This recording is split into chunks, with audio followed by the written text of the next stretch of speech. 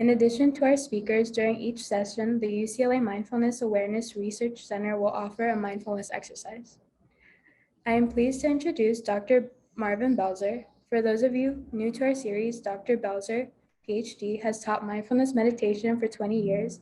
He is an adjunct associate professor in the UCLA Department of Psychiatry and Biobehavioral Sciences. He teaches an undergraduate course at UCLA and mindfulness in many different venues. Dr. Belzer, on to you. Thank you. I'm honored to be here again. I appreciate the opportunity to share the basics of mindfulness.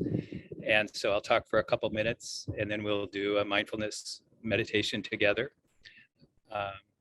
If it looks like I'm sitting outside in the sun outside of a McDonald's, there may be some truth to that.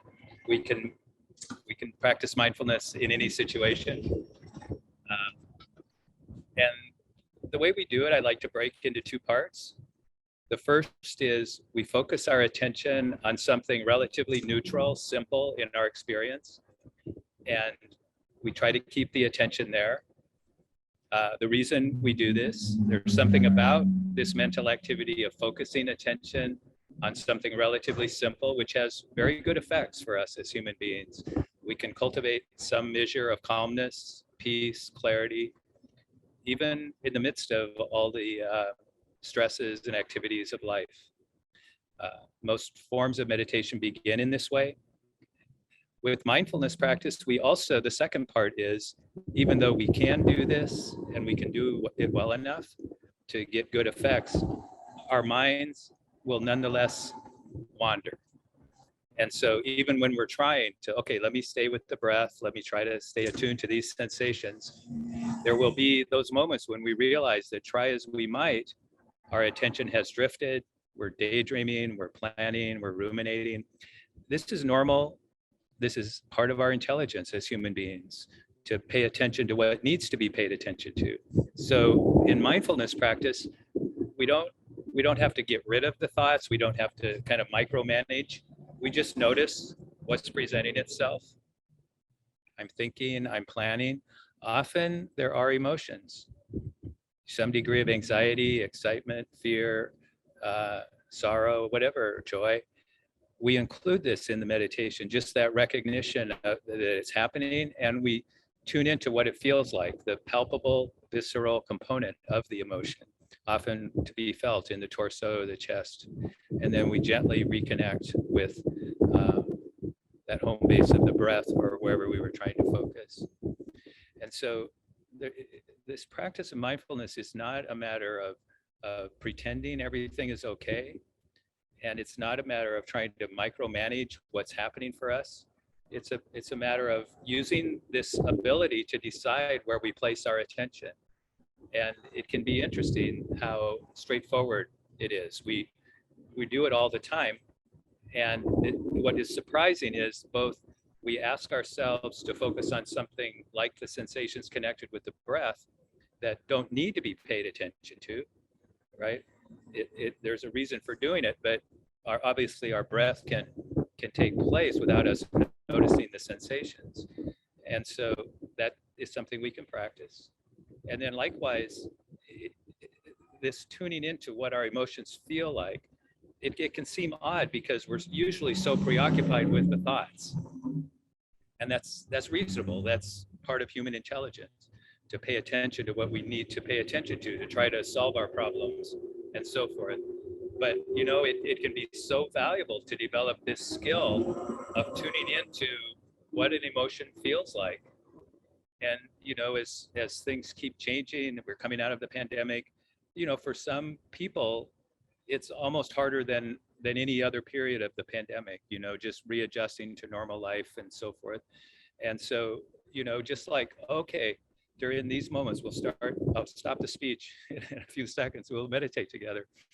But the idea is we have a kind of a free space just to notice what it feels like, what's happening for me now, and then coming back to the breath. So please feel free to join in as much as you wish.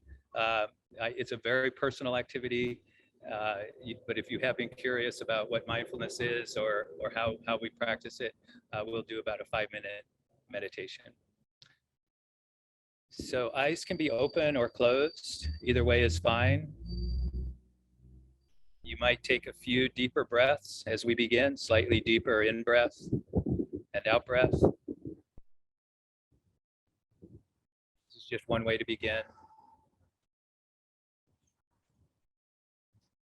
Then letting your breath be normal.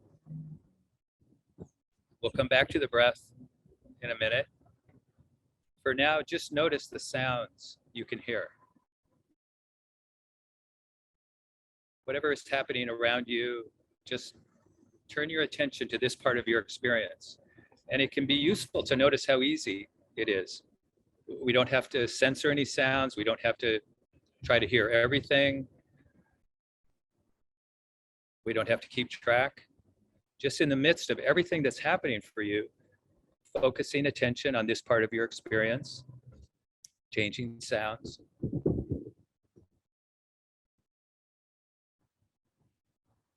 We're not trying to get something out of the sensations. It's more just that mental activity of noticing, sustaining attention. Things change, sounds change, just noticing, it's changing flow.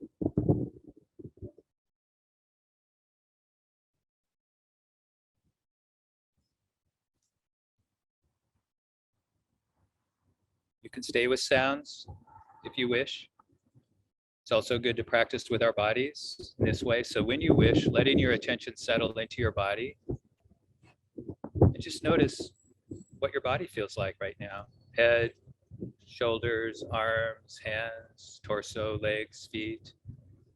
Just perfectly ordinary sensations, vibration, pressure, softness.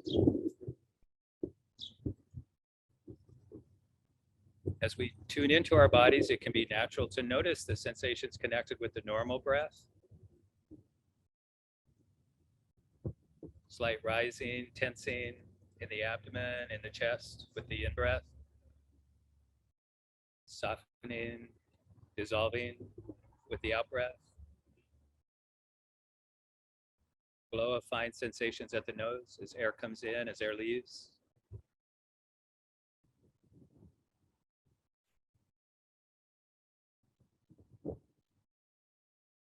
So not trying to do it all, just how do you know you're breathing, right? Some sensations, right? Just letting your attention rest, the abdomen, the chest, or the nose. Just knowing when the in-breath begins, when the out-breath begins.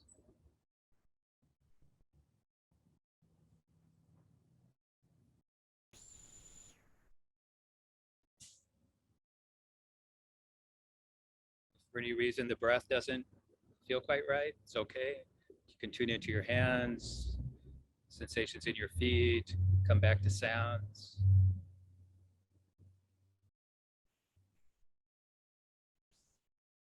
So it does take some effort, but it's mostly kind of a willingness to try, a sort of patience, letting it be this simple for a few minutes, this breath.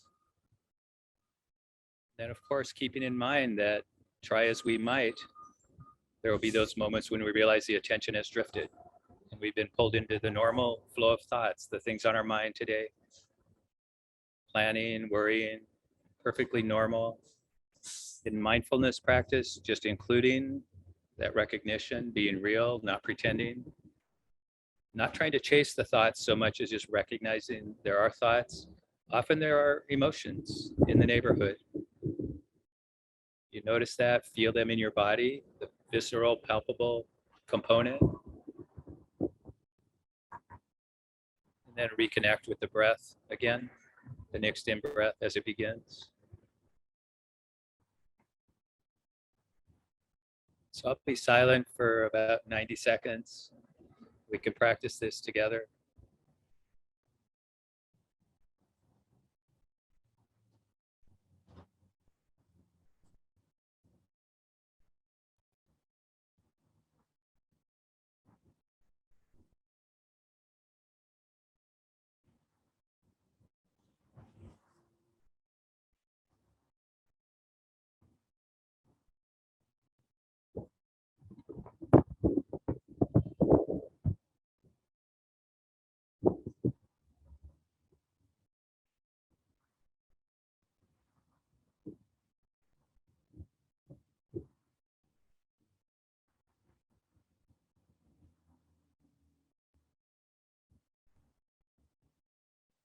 just take about 20 more seconds.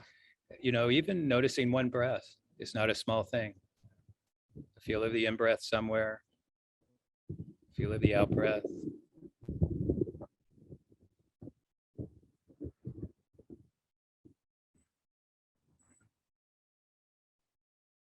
So thank you. We'll end the meditation there. Thank you for trying. Thanks for your participation. If your response is, hey, wait a minute, I was just getting started, okay, that you might have learned something. This might be relevant to you. And it's a very personal activity. I don't assume everybody should do it, but I do love to teach it and share it. And at the UCLA Mindful Awareness Research Center, we have a free app, UCLA Mindful. You can go use guided meditations there with Diana Winston. And it's a pleasure to be part of this program again. Thank you. Thank you so much, Dr. Belzer. We always look forward to these mindful meditations at the beginning of our sessions. But I am now pleased to introduce our speaker, Dr. Erica Bath. Erica Bath, MD, is an associate professor in the Division of Child and Adolescent Psychiatry and the Vice Chair for Justice, Equity, Diversity, and Inclusion at the UCLA Neuropsychiatric Institute in the David Geffen School of Medicine. She is a board certified in child and adolescent, adult, and forensic psychiatry. Dr. Bath maintains a private practice focused on forensic consultation to attorneys and governmental agencies on a variety of cases involving mental health and the law. Let's welcome Dr. Bath. Thank you. I'm going to switch to screen sharing. Let's see, continue.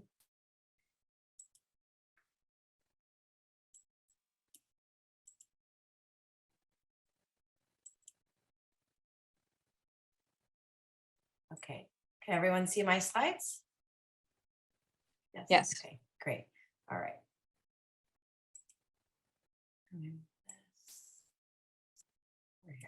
All right, so today I'm going to talk to you all a little bit about my research, working with youth who have histories of commercial sexual exploitation. And I have been working with this population, I'd say, for about 8 years or so. And I became connected to them via my work in both child welfare and juvenile justice. And so this is very much anchored in the child welfare system and the justice systems. And so I want to sort of first center that. So we are going to be talking about commercial sexual exploitation, but it's really a challenge for justice involved girls, as well as child welfare involved girls.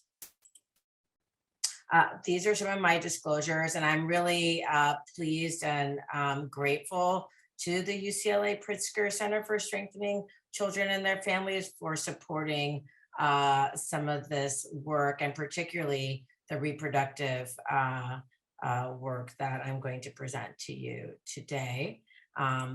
As I've been giving disclosures in general, I give my financial disclosures, but what I think is actually most important is to reflect on my personal disclosures, which really makes me think about where I stand on this axis of power and privilege, and what are my different sort of areas where my social and personal identifiers where I have power and privilege. And so in reflecting on that, because that's really matters in what I bring to the work in terms of my positionality and reflexivity, is that I'm a Black cisgender heterosexual woman. I am a mother to a teen daughter.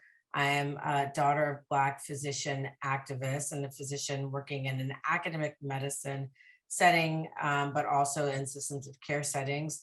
I work, my work with child welfare and juvenile justice systems has really been since 2003. And though I'm working with youth impacted by commercial sexual exploitation, I do not have a history of commercial sexual exploitation myself.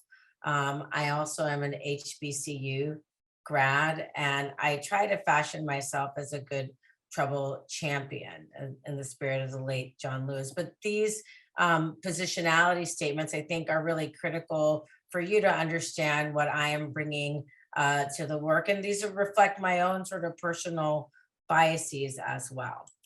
I also like to start out with, many people end with who is on their team, and I like to like center them in the beginning, because without them, I would not be where I am, or this work wouldn't be where it is. And so I have an amazing team of women who help lift me. And also to highlight the work of this project has really been centered in working with those with lived experience. And so we do not have their pictures by choice, but they have really helped us launch this reproductive health intervention that we're going to talk about today.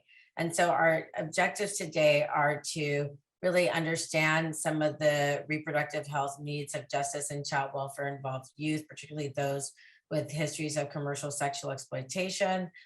We're going to recognize the importance of different frameworks, particularly those of intersectionality, also CBPR, so community-based participatory research framework, and how those can be applied to address youth's reproductive and sexual health needs.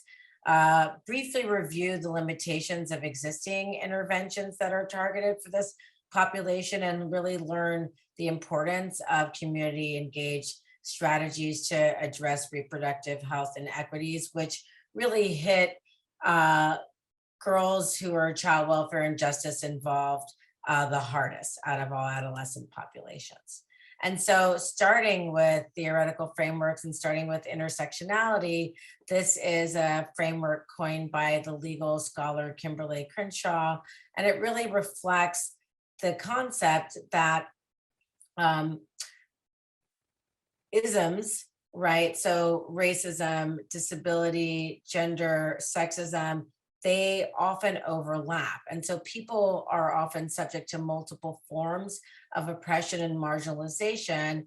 And though we tend to speak about these things as separate, they often coexist, and they often aggregate and operate together to potentiate and amplify risk. And they can also amplify resilience as well, but it's important to sort of not disaggregate them. And so that was really what Kimberly Crenshaw kept in mind. And so really sort of start thinking about people in terms of the multiple forms of their identity.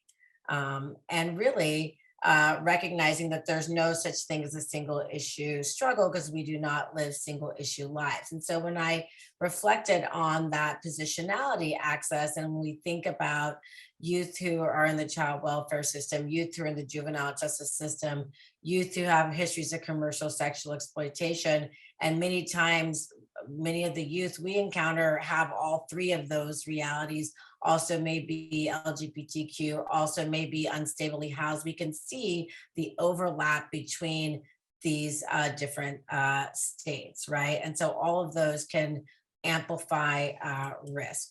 So briefly, what is commercial sexual exploitation of children? And so when I talk about this term, I'm really, the definition is inducing a minor into performing sexual acts in exchange for anything of value. So it could be money, but it could be basic needs. It doesn't have to be money. And the terminology we use is really important. So we use the term child sex trafficking. We do not use the term juvenile prostitution. Prostitution connotes one's personal choice to sell their body, and it unfairly places the onus on the victim of trafficking. And we know that minors cannot legally sell or consent to sex, so therefore they cannot consent to being bought or sold for sex. So we should not use that term. You'll also see terms like CSEC, CSEY, domestic minor sex trafficking, but we've been trying to use as much person first language as possible, recognizing that people do not use acronyms. So some people that I collaborate with use the term, youth impacted or youth involved with commercial sexual exploitation, as opposed to calling these youth CSEC. So, but these are typically the terms, and certainly not juvenile prostitution. In terms of the scope of the problem, it's really, most of our estimates are underestimates. There are myriad reasons that make it difficult to quantify exploitation. It's largely hidden. Many of the youth who are impacted by commercial sexual exploitation are difficult to reach. They are suffer from homelessness, unstably housed. They've experienced child maltreatment, so they may be running away. There's often lack of training to recognize that commercial sexual exploitation is happening. Youth are also who are experiencing exploitation may be distrustful of law enforcement and other systems.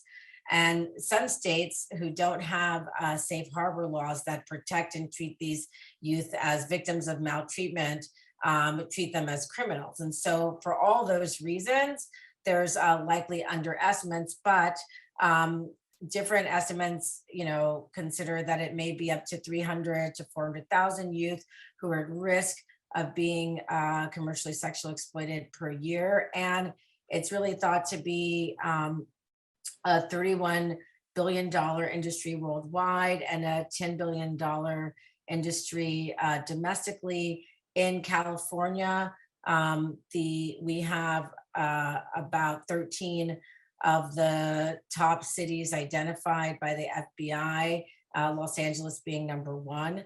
And it's also estimated that gangs have turned to this because it's very high profit, low risk. So it's estimated that one girl can yield around $500 to $10,000 per night, depending on the venue. And unlike firearms or drugs, unfortunately, people can be used over and over again. And the reason why it's such a challenge for youth who are child welfare involved, and particularly those who are in adolescence and in group home settings, is because they may not have stable family attachments. So people may not be looking for them as much. And so this is a reason why they're really at risk. And so if we think about it from a socio-ecological model, it's helpful to think about risk and protective factors for CSE along these different planes, right? And so there's, both individual risk factors,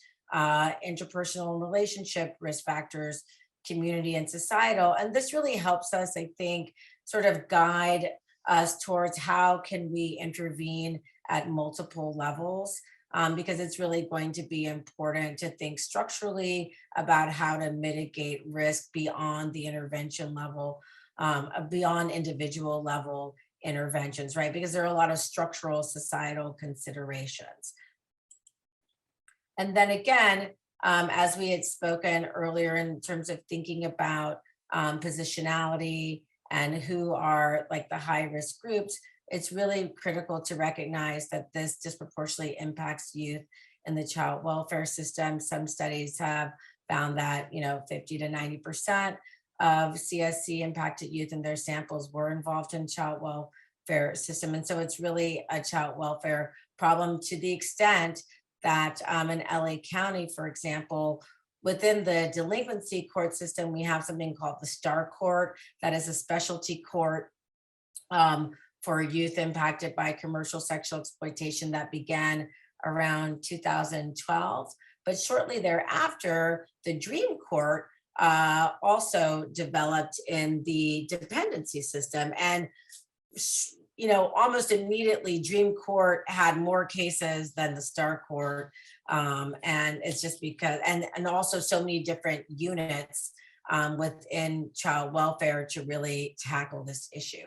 And so if we think about the different high risk groups that are involved, with commercial sexual exploitation, it makes sense that we think about the sort of Kimberly Crenshaw intersectional framework, right? These sort of overlapping risk categories.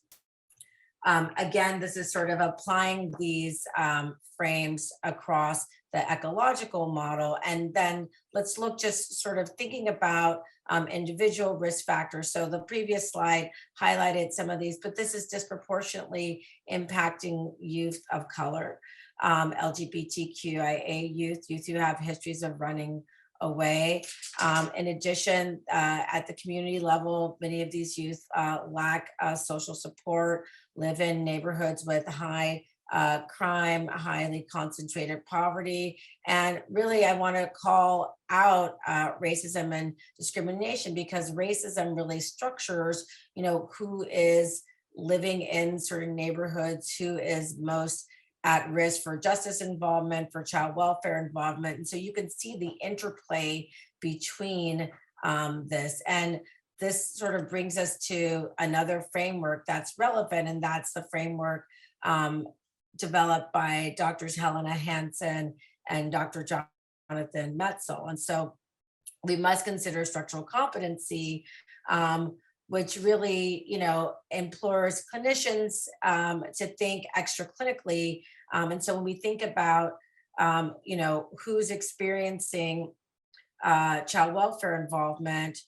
justice involvement, all of these increase marginalization and intersectional risk for commercial sexual exploitation. And we also have to think about the systems and hierarchies that are drivers, right, of these health inequities. And so further in the talk, we'll talk a little bit about the reproductive inequities, but we have to think first about the structural drivers. And so this actually has push researchers to think even about, to do like a mashup of these two frameworks and think about something called structural intersectionality, which really, I think, bridges intersectionality, which really focused on personal identifiers and social identifiers, and sort of thinking about structural and social determinants of health and thinking about them together, right? So if we really think about structures, how structures also can drive intersectional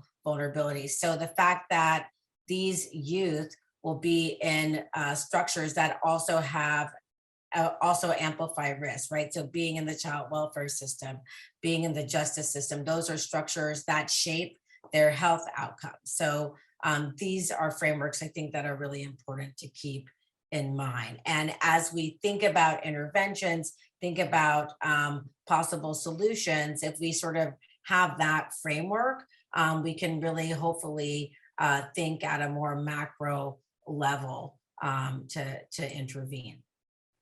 So what are the health concerns of youth who are justice and child welfare system involved? And, really zooming out, like CSC youth by and large are in these two systems. Sometimes they're in both systems at the same time or floating through these systems, but they have significant healthcare needs. These include mental health, substance use, and reproductive health. And the reproductive health needs are really high, not only because they're experiencing commercial sexual exploitation, but often they have sexual abuse and sexual trauma prior to being in the life. And so these include unplanned or unintended pregnancy, sexually transmitted infections, violence-related injury, and these needs are often exacerbated by substance use that occurs during commercial sexual exploitation.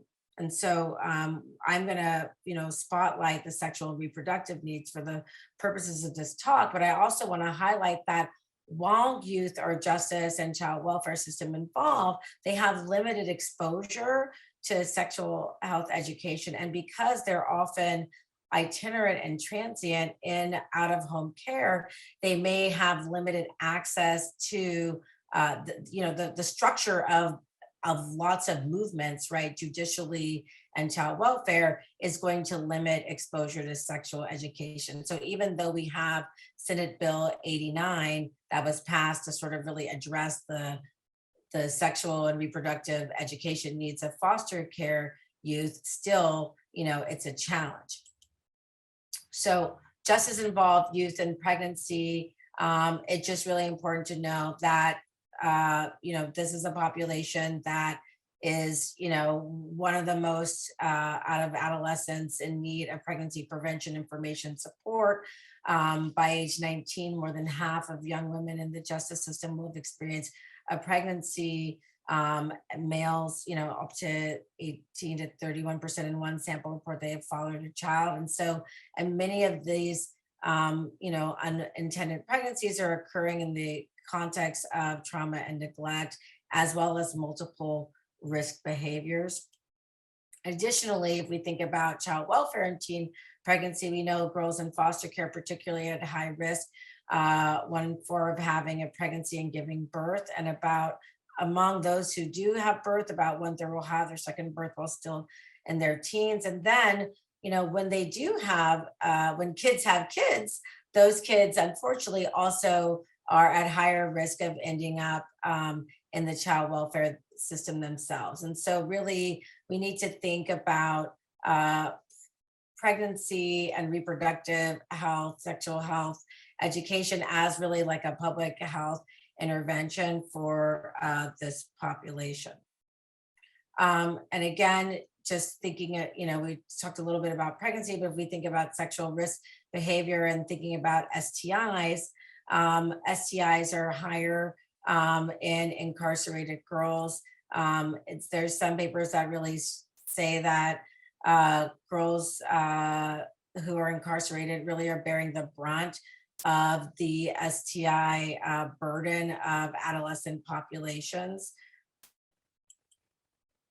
And the National Child Traumatic Stress Network really highlighted a few things I want to spotlight in terms of trying to, remake systems to be trauma informed, but that really as part of that, we need to think specifically about the population of commercially sexually exploited youth because of their unique needs, and also think about girls and really start thinking about, girls, LGBTQ youth, and the gender specific needs of girls. And so if you think about, again, reflecting on the positionality, access, and the looking at power and privilege and thinking about intersectionalism, these are the populations that have a lot of intersectional risk, right? We already established that LGBTQ youth, they're overrepresented in justice, they're overrepresented in child welfare, they're overrepresented among CSE populations. Similarly, in terms of justice involved girls. So keep those frameworks in mind as we discuss some of this work. So I want to give just a little bit of overview about some of my research to set the stage for how I became most interested in reproductive health. I'm a psychiatrist, a child adolescent psychiatrist with forensic training. So I've been working in court settings, and I've been on the faculty at UCLA since 2007 and been working primarily in the juvenile mental health court. But in maybe around 2011, 2012, I ended up meeting Judge Pratt, who is the presiding judge of the Star Court, which is the sex trafficking court for LA County's juvenile delinquency system. And I learned about this court, which I thought was amazing. And it really provided multidisciplinary care. And I learned that they didn't have any sort of data partner. And even though the court was providing all these resources, they really didn't have a way of demonstrating its efficacy. So they could only, and I don't want to minimize sort of talking about it qualitatively and saying how great it felt, but in the world we live in order to sort of prove that something works, you often have to have more rigorous design or at least some sort of program evaluation. And so I basically connected with her. I ended up getting research funding to actually look more deeply at the Star Court files. And in addition, I really wanted to hear from the youth themselves. I wasn't really educated about commercial sexual exploitation before, and realized that this was a population who was getting missed by child psychiatrists, by pediatricians, they were, right under our nose. And so very rarely do people ask the youth themselves what they want, what they need. Oftentimes, for these youth, providers are blaming them for not being engaged in care, or labeling them as being difficult, resistant, non-adherent, non-compliant. And rarely are there studies or researchers who are really sort of centering their perspectives and needs, and really trying to figure out what's the best way to engage them. And so with some of my colleagues, we started to, do some of that work. So we started doing focus groups with the youth themselves. And we really wanted to understand facilitators and barriers in terms of how they would access care, particularly around reproductive health, mental health, and substance use, because they're often connected. And also, what would be the best way to engage. And that was also to set up my ultimate goal of trying to think about digital technologies and to develop interventions for the population. So we're going to talk about the implementation of My Body, My Choice, but it took a lot of formative work and steps to get there. So one of the things in terms of like, how did we arrive at, why reproductive health for this population? And for some of you, it might be obvious, they're commercially sexually exploited. I sort of set the stage with the data, but it was interesting when I first connected with Judge Pratt. She's like, I don't know what's happening. I feel like all the, girls, and it was predominantly girls in the court. So we had 364 case files, 360 were biologic females. And she felt like there was a lot of pregnancy, but they weren't systematically tracking it. And so she asked us to look at this, and lo and behold, yes, there was a lot of pregnancy happening. And it turned out that our study was the largest study of court involved youth with commercial sexual exploitation. And ironically, we found that a third had ever been pregnant, and of which 18% had multiple pregnancies. But a lot of these pregnancies were occurring, over half were occurring during court supervision, which really signaled to the court an opportunity to actually intervene. And so subsequent to this work, the court actually hired a public health nurse, which is great, to actually provide support to the youth, because many youth, do end up having kids while they're under court supervision. And my understanding is Supreme Court also has one of these nurses as well.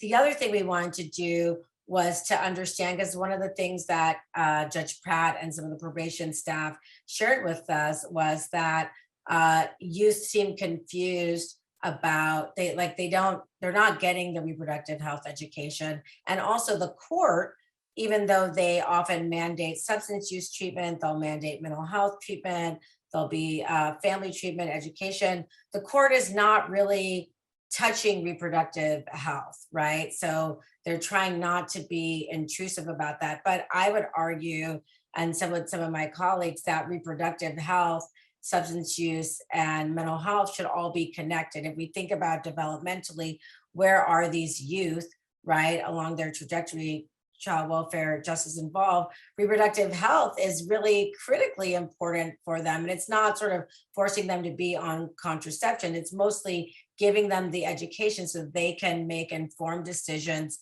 parent with choice if that's what they want, but really just giving them, that is the real true reproductive justice framework, is giving them the information. And so that's not happening. And what we found was that even though youth may have access, the access is kind of patchy, because most of the access is through Planned Parenthood, which we know has faced several threats.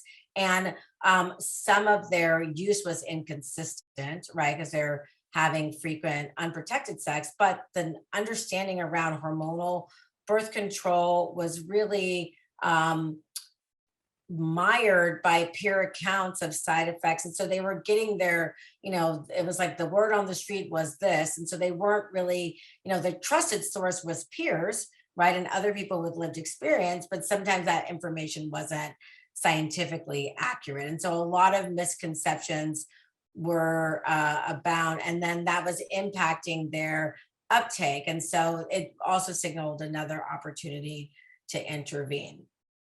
And then, so they gave us several recommendations that they wanted to see put in place. And it included, that they were receptive to having additional opportunities for sexual health education, locating them in a way that was accessible on the street, using social media, also having access to basic necessities. Many times in the course of being commercially sexually exploited, they don't have access to sanitary napkins and other things. And sometimes like they have to steal those things because the trafficker does not provide them. And then also they need access to low cost or no cost reproductive health supplies.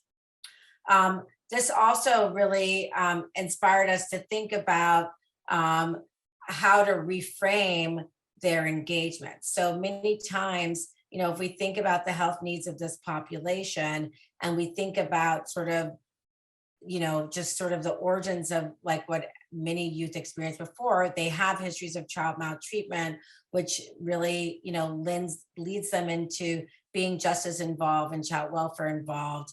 And often they are coming from, unstable home environments, right? So there's a cycle here that can lead them into commercial sexual exploitation, which of course puts them in risky environment, engaging in risky health behaviors. And many people will interpret this, and when they're interacting with these youth, particularly in emergency room settings or crisis settings, that, oh, well, they left, or they wanted to sign out against medical advice, or they weren't cooperative, or and we really tried to sort of reframe that and pitch this notion of the fact that they're really strong and that they've had so much of their agency taken away because of the systems, right? These systems are very dehumanizing. They're often having, their probation officer, their caseworker telling them what to do, their attorney, right? Attorneys from two systems. And so they often, and their trafficker, right? So they often do not have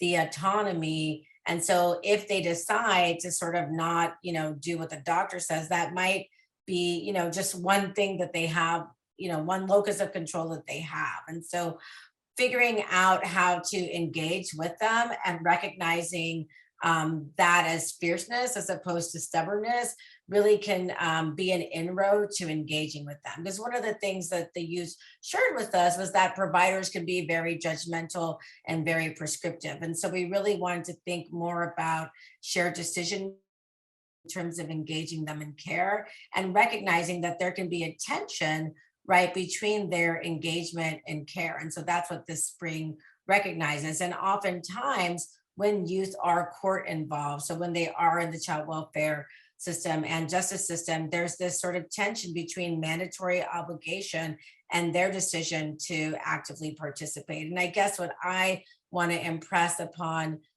providers working with them is to sort of recognize their agency and allow them to have that agency, because that's where I think that you're going to get the most engagement. And so once you sort of frame shift, you can get inroads. And it was important for us to kind of capture that spirit in the paper to sort of reframe folks' approach to this. The other thing I want to sort of highlight too is thinking about digital health.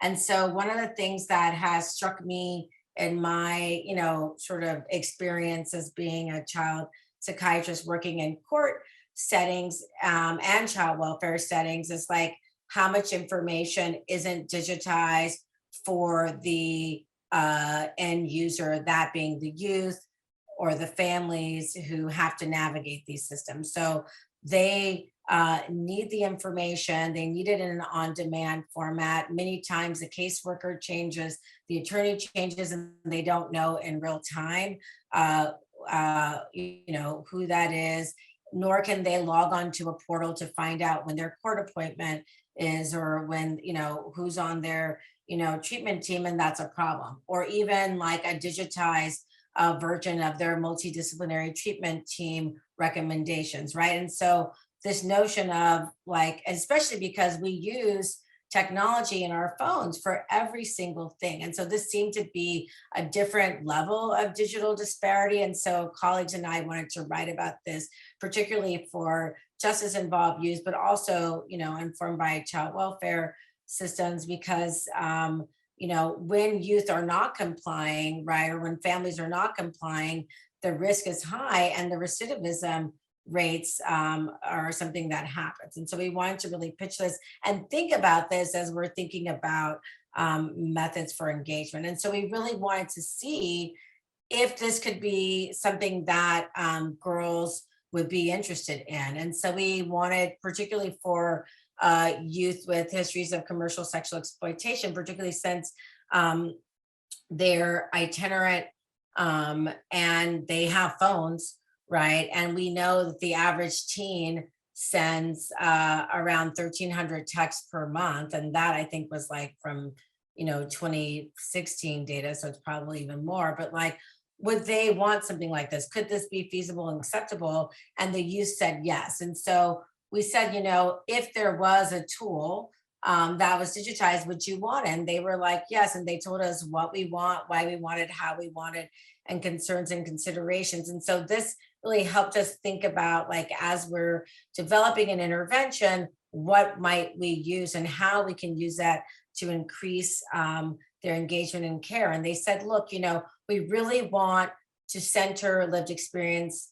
We want like content that's relevant to survivors, people who've had the same experience as us. We don't want it to only be about our histories as being commercially sexually exploited.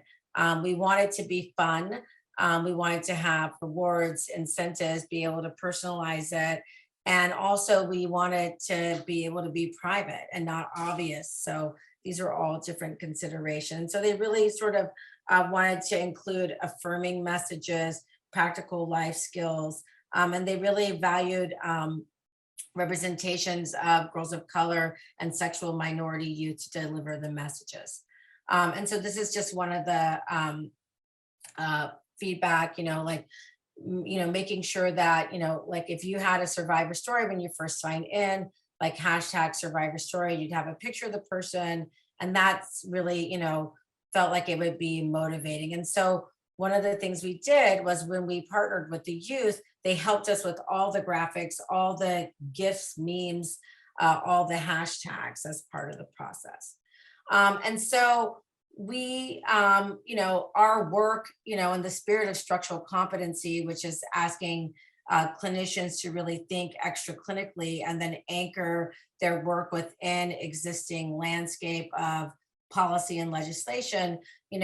California Healthy Youth Act passed in 2016 and then SB 89. And so our sort of like frame shift to thinking about reproductive health needs and really sort of focusing on that really felt kind of right on time to kind of dovetail with that. And then also we were fortunate, and Taylor, I think you were one of the connectors to this, was to connect to LA REP, or LA Los Angeles Reproductive Health Equity Project, to like learn more about their work. And we learned that they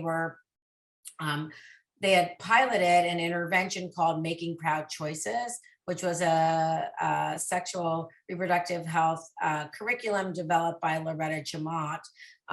And that, they had done it with youth involved in the child welfare system in LA County. And we thought, oh, this is great. Maybe we can adapt this for the needs of CSC. And so this is what Pritzker really helped us do. And so part of the adaptation for us was, we really wanted to make it lived experience centered and led.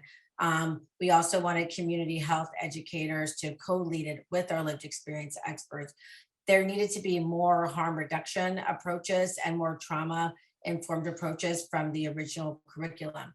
Also, the original curriculum lacked substance use psychoeducation, which we knew was a big challenge for the youth, because most of the time for adolescent populations, regardless of whether they're CSC, child welfare, or justice, a lot of risky sex is occurring in the setting of substance use. And the parent curriculum, Making Proud Choices, did not have anything on substance use. So we added a substance use module to really talk about affirmative consent and how that is compromised when you're higher using.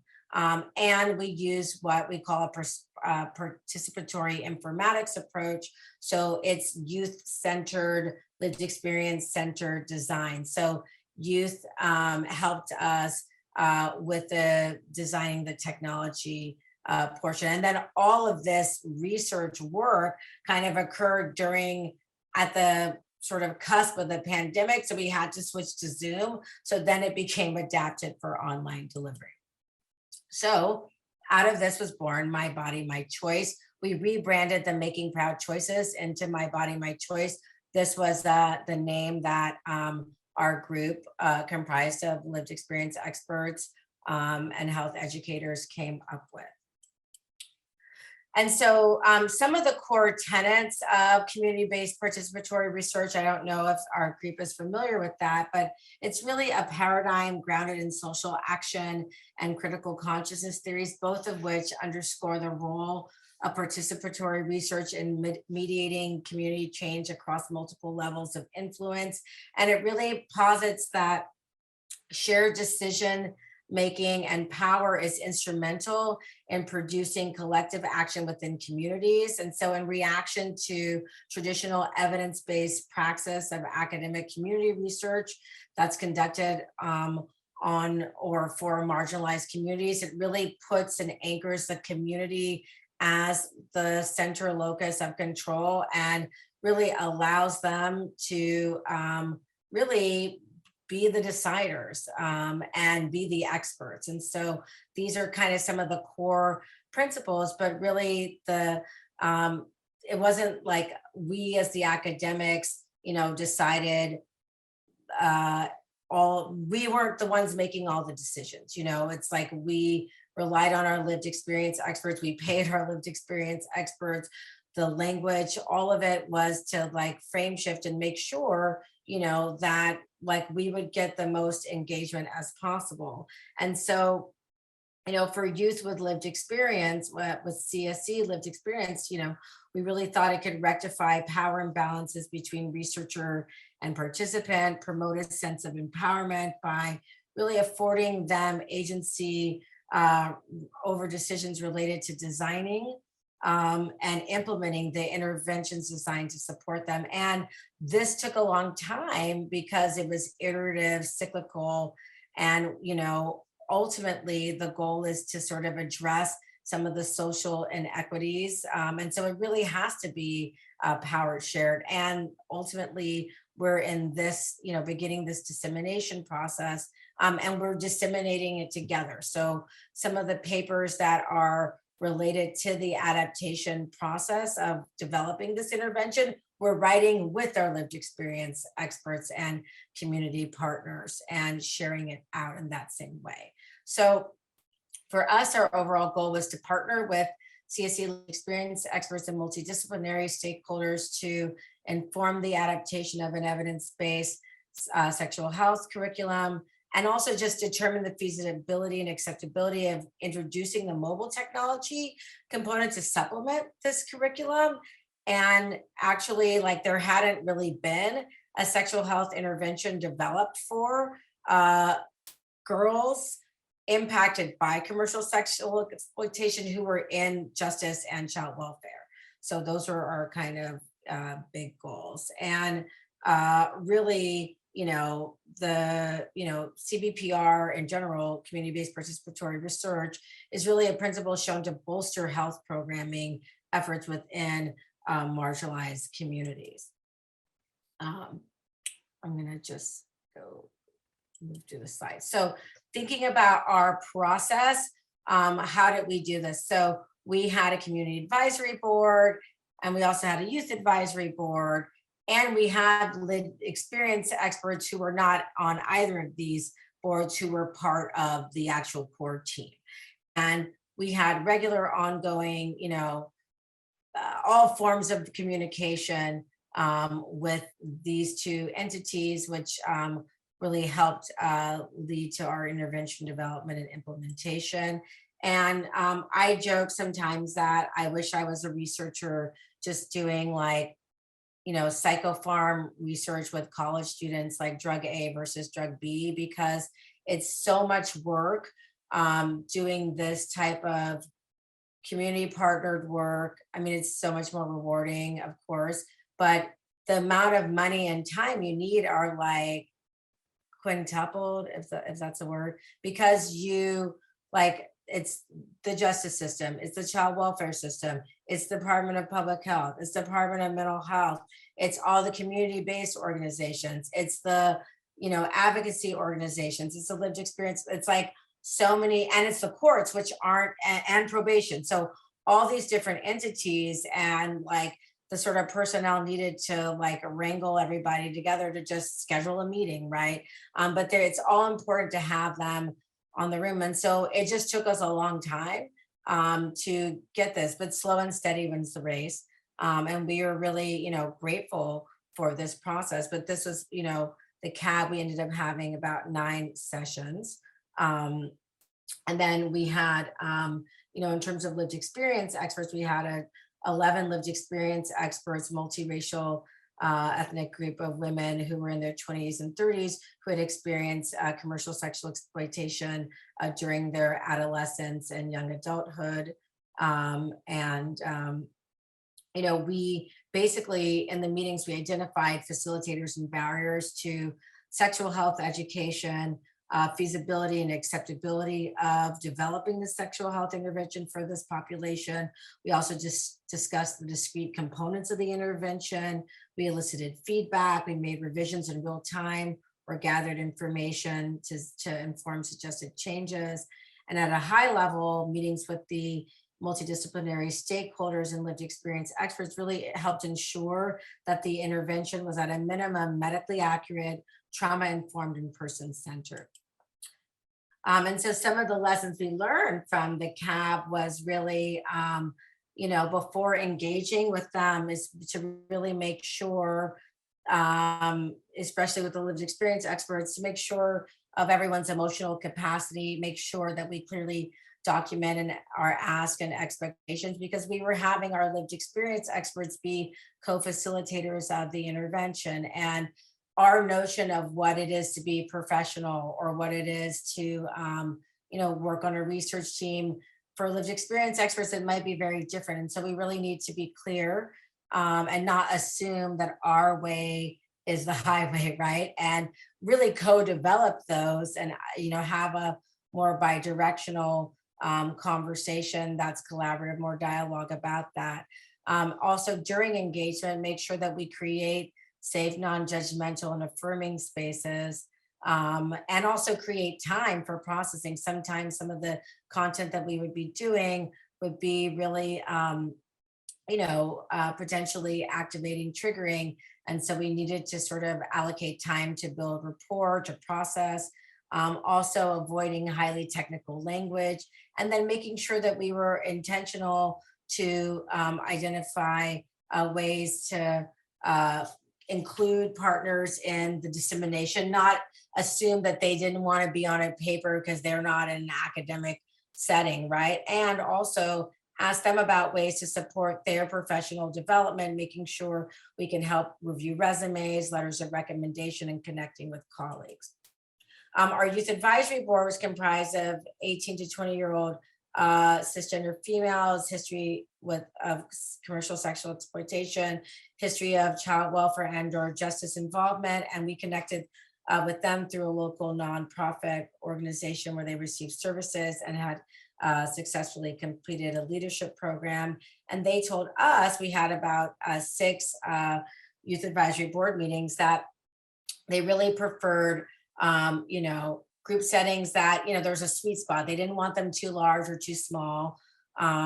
They wanted the opportunity to build relationships, but not be so identifiable.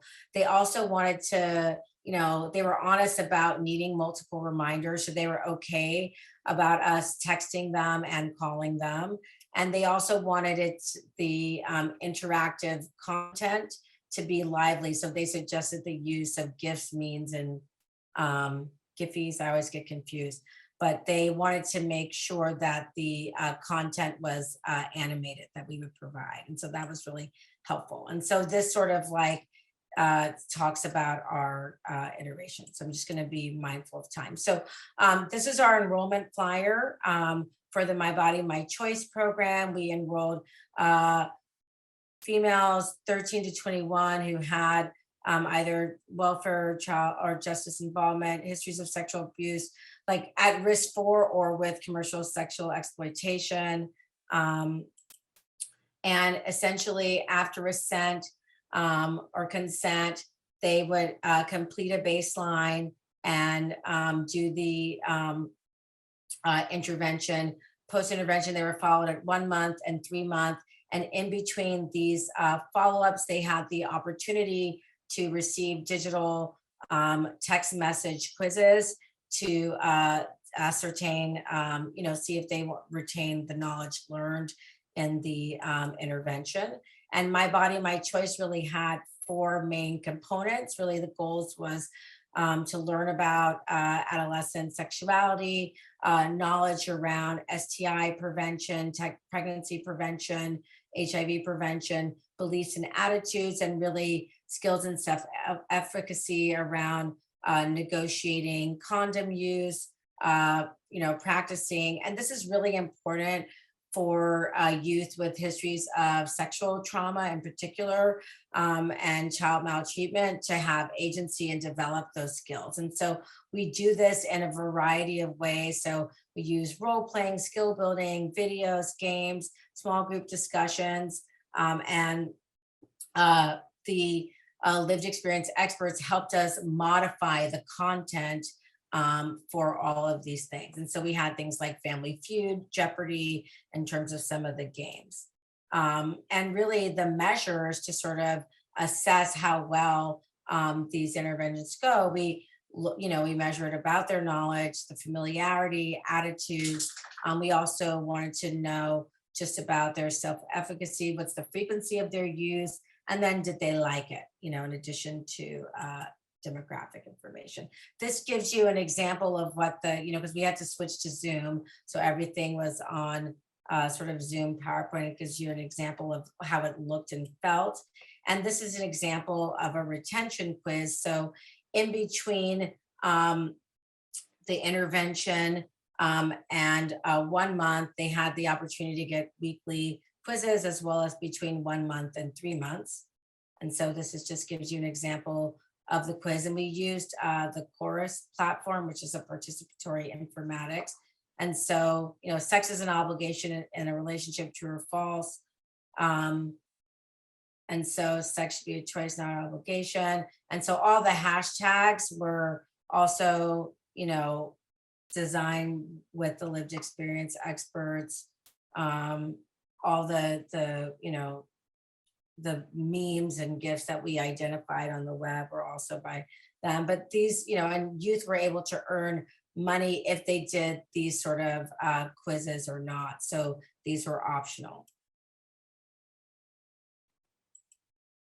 And these were examples of weekly reminder text. So they were not only getting the opportunity to do quiz, but we would also send them weekly sort of reminder texts. They really wanted to receive affirmation statements, or they called them empowerment pop-ups. So those were sort of examples of that they can get, where they can get information, or just like a shout out that they got this, right? So implementation, I'm going to raise to this. So we had 2 groups, one over 3 weeks. The second, we were able to smush it down and be a little bit more efficient. And again, the intervention was delivered. We had, 5 lived experience experts paired with 2 professional health educators. And we basically had 2 rooms where we split the 21 youth. And then in the second week, we had 4 and 2 with the 16 youth. And out of the 37 youth, I think the thing I'm most proud of is our retention. So, I mean, it's pretty unheard of, I think, to have like 100% retention, and close to like, I think we're like 85% retention also in round one. But that was really good, particularly since it was Zoom format, particularly because of the population. So we, I think, knocked it out of the park as far as retention. The average age of the youth was around 16 and a half.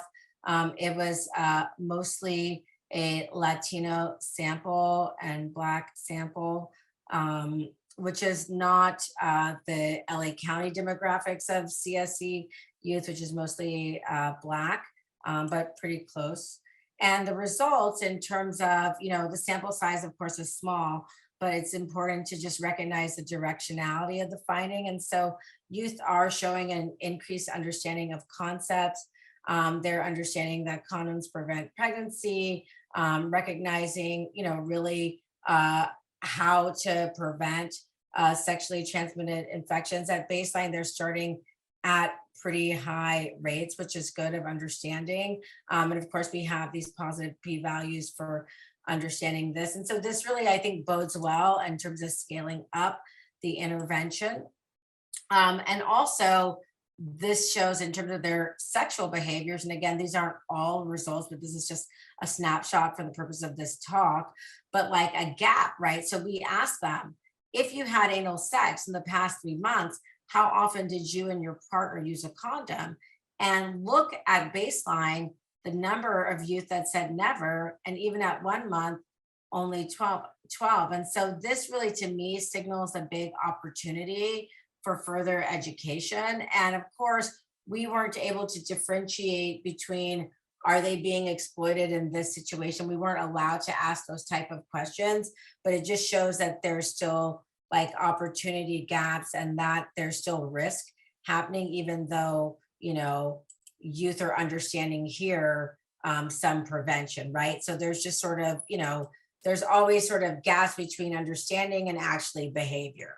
And that's really a kind of, the code to crack. And similarly, in terms of attitudes and beliefs, they may have, the belief that they can use condoms effectively. And I think, one of the things that's interesting is like many youth, are saying that they want to, like, pregnancy prevention, avoiding getting pregnant is pretty high on their list, but they're not necessarily behaving in a way that is commensurate with that.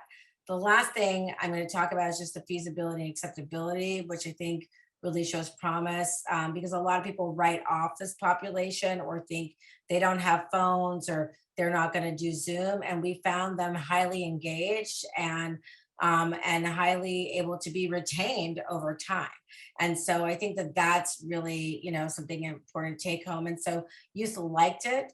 And I think that's because we worked with them to develop it. And so we had really positive feedback about the course, about the technology, about the Zoom, about the survival leaders. And so I think sort of particularly with round 2, we did really well, but also for round 1. So that tells us something. And so really, the knowledge and retention increase, this notion that anal sex and understanding that, because that's really high risk, that is really a gap area, and just that there's feasibility and likability. And so this really shows promise for scale, but obviously like our sample size was small. I didn't really go into that earlier, but like court permission was really kind of a drag. We did have a lot of help from Children's Law Center, but the court process really required us to get attorney consent. And technically, youth don't need consent from anybody to make decisions about their sexual choices, right? And so this created another barrier to participate in the study that these youth really don't need, right? And so that's why our sample size was so small, because we actually had over 100 youth who had signed up for interest. And so unfortunately, I felt like the court actually introduced barriers. Also, the intervention had to be conducted online, which posed new challenges, but also posed maybe some opportunities. Maybe we had better adherence. And so, whoops. So lessons learned, I think that, we know that youth should be called, texted, and emailed reminders, and they're okay with that. The reason why the first session lasted longer is because they have to, of course they need to sign the consent form, but we almost needed to have a session just for technology review. And also just what are rules of engagement, keeping camera on. So just having Zoom rules and setting that stage, it's like almost allowing a session for that. And checking in via text or telephone if you suddenly leave information. Of course, this is like standard locator best practices after the intervention, but we also, because of these youth being connected to systems, making sure that we have lots of extra clinical context that are system involved. And in terms of next steps, we are going to, continue to analyze our findings, disseminate via manuscripts, via meetings like this, and then really start thinking more about applying for future funding, and continue to circle back with stakeholders to disseminate knowledge. And thank you.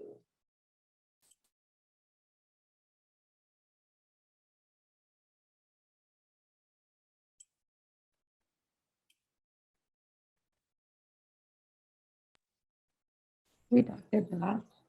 Sorry, my voice is a little rusty. But we can now turn it for questions for a quick minute. So I see one in the chat.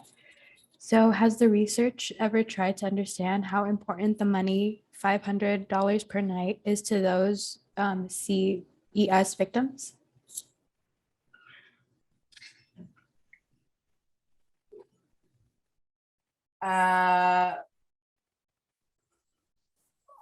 Does the person mind who asked it like unmuting and maybe just ask, like fleshing it out a little bit more, the question? Like yeah, I mean, the money, yeah, it is important to the Well, victim. I mean, yeah, I raised these questions, and I hope I did not. Well, anyways, my understanding is that those victims, those girls, were involved. Well, you shouldn't use that term, like child prostitution, right? We said we should use. You use a different term that is at the beginning in your. But anyway, child trafficking. Yeah. Okay. So they need those money. They want those money, right? well, they don't necessarily get the money because they're being exploited, right? So the trafficker like gets the money, and they have to give the money to the trafficker, and maybe they get like, a very small percentage of the money, but it's really a type of slavery, right? So they're getting very little, they might get their, their hair done and their nails done, but that's to make them attractive, to be able to get more, be exploited more, right? So they don't really, they have to turn over the money. So they're not, by and large, they're not, it's not like they're able to like make a lot of money themselves, that they are able to like help their family buy a house. It's not, they don't have agency and control over the money. That's why it's exploitation. And the frame shift that's happened, I'd say, over like Institute of Medicine, their big report on this topic came out, I think in 2003, 13. And it really sort of started the frame shift where people need to think about this population as victims of maltreatment, and that commercial sexual exploitation was part of child maltreatment, right? So before, people were thinking of them as child prostitutes, prosecuting these kids, putting them through the delinquency system or the criminal system when they were mostly, kids who were running away, kids who were being abused and neglected in their homes, on the street. If it's thought like if a kid is on the street for like 48 hours, they're going to end up engaging in survival sex because they're just so. Yeah, I agree with you, definitely. And then they are definitely victims, and then being maltreated, and then all kind of things that are suffer growing up. However, since they were kids, teenagers, I think money probably is still a big incentive to them, even though that's not a big money. They allow them to do the nails or hairs, that kind of things. So somewhat, I think this part might need to be pointed out. Reproduction education is very, very important, and to help them be more careful, but probably get them out of the industry, or they have the awareness to be out of self-awareness that they they shouldn't stay in this industry. It's also important.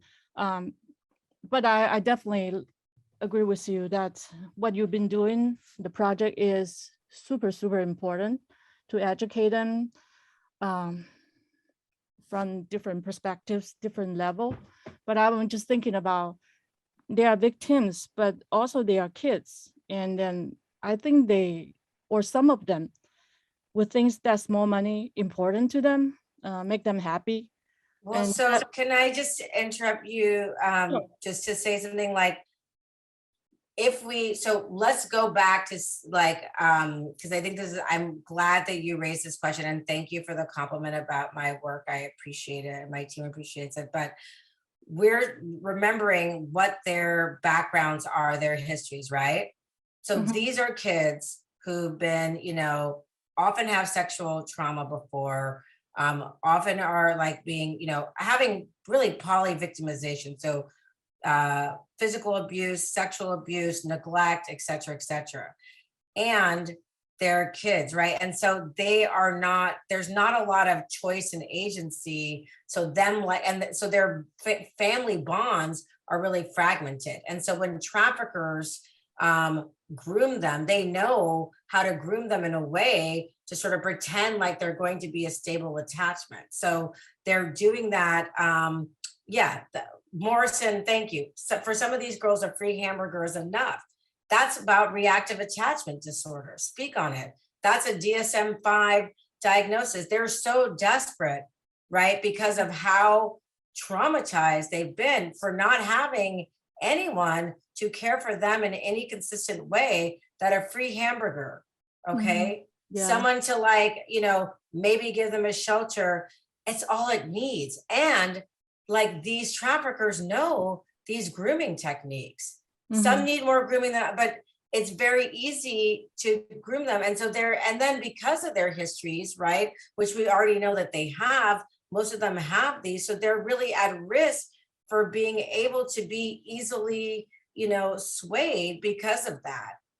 So it's not that they're excited about making $500 that they don't even get to have themselves, right? They don't really get to keep that money. So I want to kind of disavow that notion.